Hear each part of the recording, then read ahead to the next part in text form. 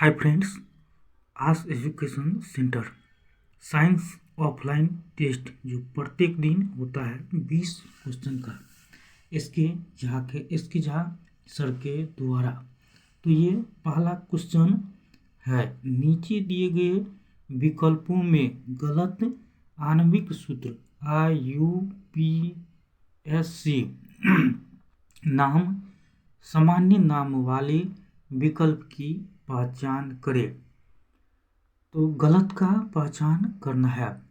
तो पहला सही है, दूसरा 2 कार्बन है तो 2 दूना 4 1 5, दूसरा भी सही, तीसरा 3 9 6 1 7, तीसरा सही है, 2 दूना 4 1 5 होना चाहिए लेकिन 3 है, इसीलिए आंसर इसका डी। गलत है डी, लेकिन आंसर होगा इसका option number D, option D होगा। इसी तरह से दूसरा क्वेश्चन है, निम्नलिखित में से कौन सा प्रक्रम वायु में कार्बन डाइऑक्साइड की मात्रा को नहीं बढ़ाता है? निम्नलिखित में से कौन सा प्रक्रम वायु में कार्बन डाइऑक्साइड की मात्रा को नहीं बढ़ाता है? इसका सही आंसर होगा प्रकाश संश्लेषण, ऑप्शन नंबर बी, प्रकाश संश्लेषण। इसी तरह से अगला क्वेश्चन है, सरल आवर्त गति करती हुई वस्तु की स्थितिज ऊर्जा अधिकतम किस स्थिति में होती है? सरल आवर्त गति करती हुई वस्तु की स्थितिज ऊर्जा अधिकतम किस स्थिति में होती है? तो ये पेंडुलम वाला है, पेंडुलम। तो मध्य बिंदु पर काइनेटिक एनर्जी और वेग का मान महत्तम होता है, बाद बाकी सब शून्य होता है, और अंत बिंदु पर इसका उल्टा होता है। तो इसीलिए इसका स्थिति ऊर्जा अधिकतम विस्थापन की स्थिति में होगा। तो ऑप्शन इसका बी होगा, अधिकतम विस्थापन की स्थिति में।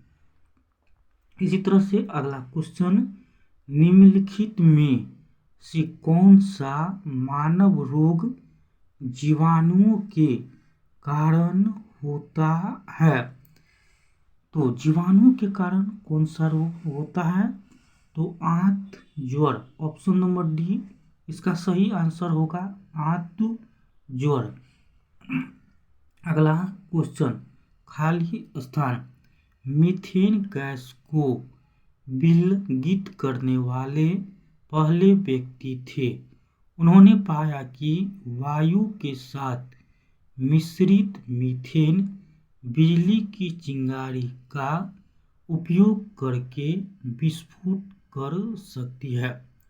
इसका सही आंसर होगा एल सुंड्रा बोल्ट, यानी ऑप्शन नंबर ए होगा, ऑप्शन नंबर ए। इस तरह से अगला क्वेश्चन है, सेब के फल में लाली का कारण है। सेब के फल में लाली का कारण है, सेब के फल में लाली का कारण है। तो anthocyanin, option number A, anthocyanin, option number A. अगला, निम्नलिखित में से कौन सा आयनिक यौगिक नहीं है? निम्नलिखित में से कौन सा आयनिक यौगिक नहीं है? इसका होगा कार्बन डाइऑक्साइड, यानी ऑप्शन नंबर डी इसका सही आंसर होगा।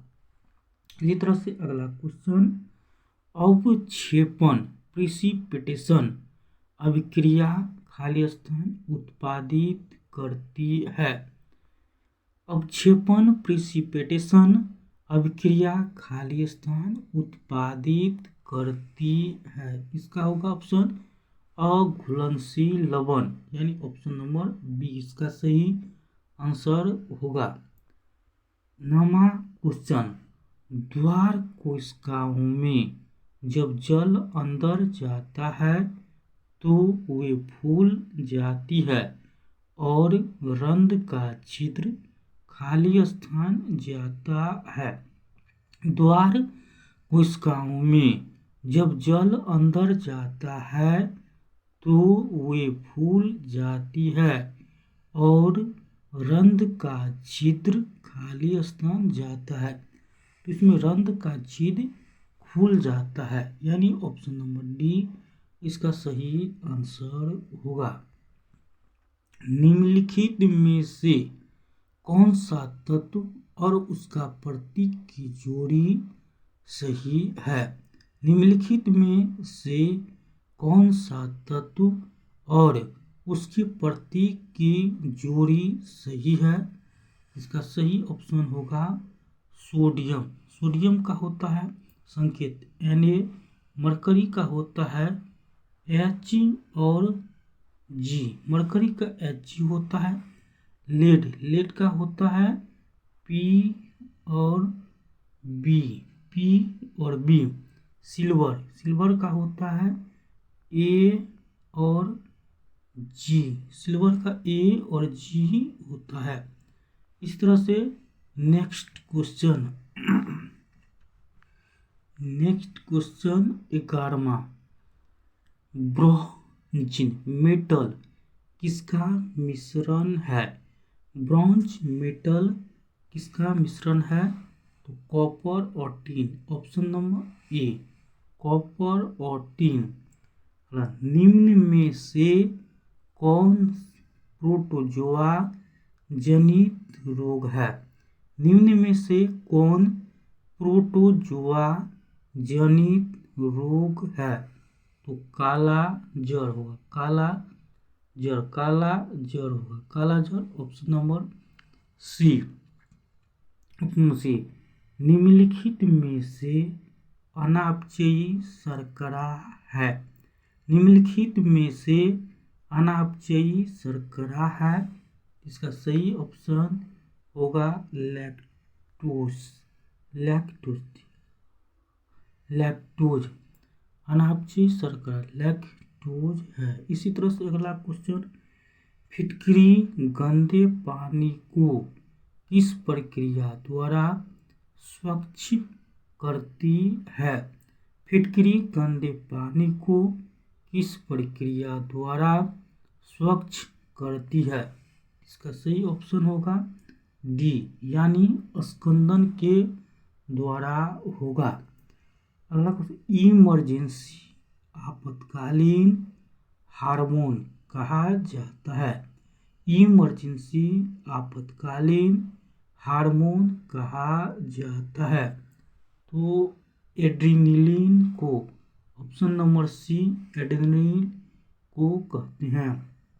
16, निम्न में से जीवाणु जनित रोग को पहचानिए व सही विकल्प को चुनिए। निम्न में से जीवाणु जनित रोग को पहचानिए व सही विकल्प को चुनिए।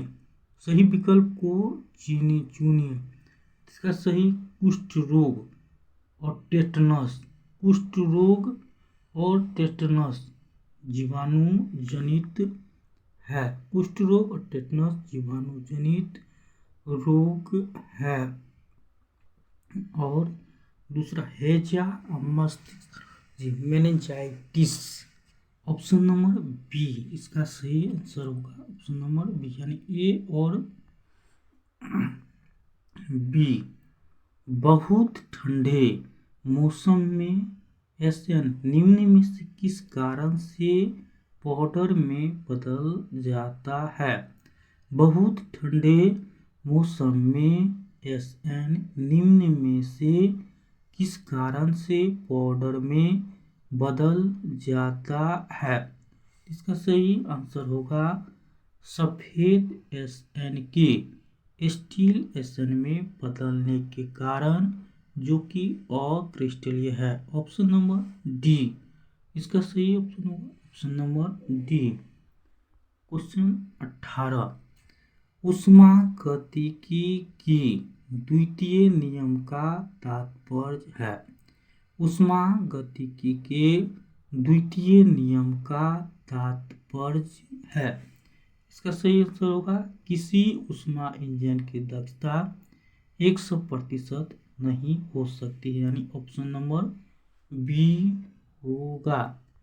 अगला 19, मनुष्य में सर्व आवृत्ति की प्रास है। मनुष्य में सर्व आवृत्ति की प्रास है। इसका सही आंसर होगा 20 Hz से 20 kHz, यानी बी, ऑप्शन नंबर बी होगा। सही आंसर ऑप्शन नंबर बी होगा। लास्ट क्वेश्चन 20, किसी वस्तु के बल व त्वरण के बीच का संबंध दिया जाता है। किसी वस्तु के बल व त्वरण के बीच का संबंध दिया जाता है, तो न्यूटन के गति के द्वितीय नियम द्वारा। ऑप्शन नंबर बी, न्यूटन की गति के द्वितीय नियम के द्वारा।